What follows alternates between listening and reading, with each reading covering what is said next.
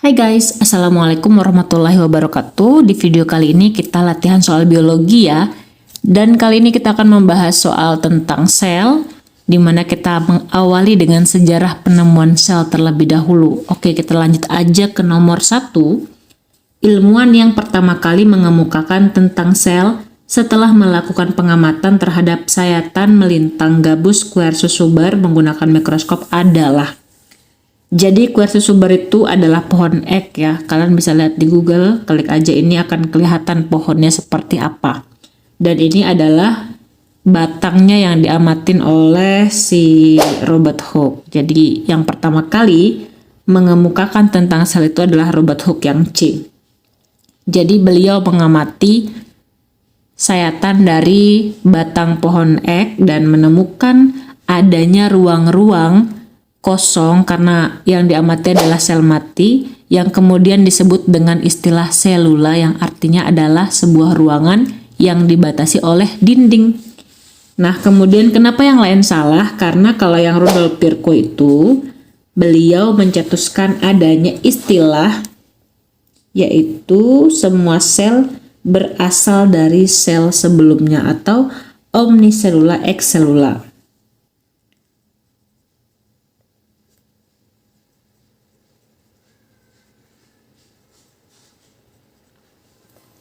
Kemudian kalau Felix Dordtjaden ini mengemukakan bahwa bagian paling penting di dalam sel itu adalah cairan yang ada di dalamnya. Kalau Robert Brown ini menemukan bahwa ada inti sel dan juga ada aliran sitoplasma di dalam sel. Jadi jawabannya adalah yang C. Kemudian kita pindah ke nomor 2. Nomor 2 ini adalah gambar membran plasma, betul. Jadi membran plasma itu adalah bagian paling luar pada sel hewan. Kalau pada sel tumbuhan kan masih ada tambahan lagi yaitu dinding sel. Jadi pada tumbuhan ada beberapa kekhasan yang dimiliki. Di antaranya adalah 1, dinding sel, kedua yaitu vakuola pusat, dan yang ketiga adalah kloroplas atau plastida. Oke, lanjut ke sini. Protein integral dan perifer secara berturut-turut ditunjukkan oleh angka berapa? Kita lihat dulu komponen membran plasma itu didominasi oleh lemak. Disebut istilahnya itu phospholipid bilayer. Jadi istilahnya adalah phospholipid 2 lapis dah ya. Bilayer to B to 2, layer to lapis. Nah, kenapa disebut phospholipid bilayer atau 2 lapisan phospholipid? Karena ini itu seperti martabak yang kalau misalkan teman-teman lihat kalau dibukakan tengah-tengahnya itu ada coklat atau apa toppingnya. Jadi ini adalah 1 lapis. Nah, ini 1 lapis. Jadi setiap lapis itu disusun oleh kumpulan kepala fosfat dan kumpulan ekornya yang berupa asam lemak. Nah, kemudian ada beberapa komponen tambahan pada phospholipid bilayer itu. Yang pertama adalah adanya rantai karbohidrat yang bentuknya segi 6 atau segi 5 seperti ini yang membentuk rantai. Jadi beberapa molekul karbohidrat itu akan membentuk rantai seperti ini. Kemudian berikutnya adanya protein.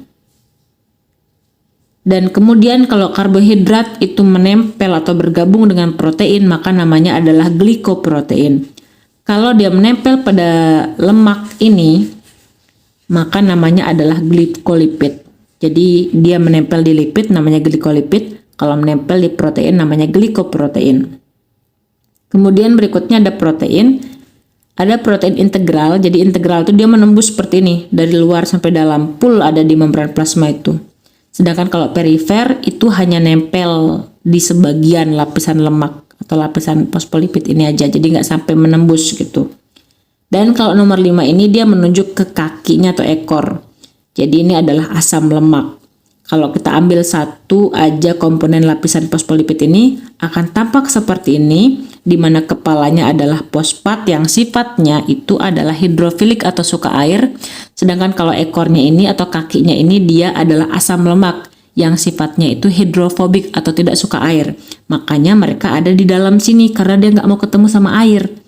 Nah, sedangkan yang ketemu langsung dengan air adalah fosfat. Jadi kita anggap ini sebagai lingkungan dalam sel, dan ini ada lingkungan luar sel, di mana lingkungan dalam sama luar sel itu pasti ada airnya.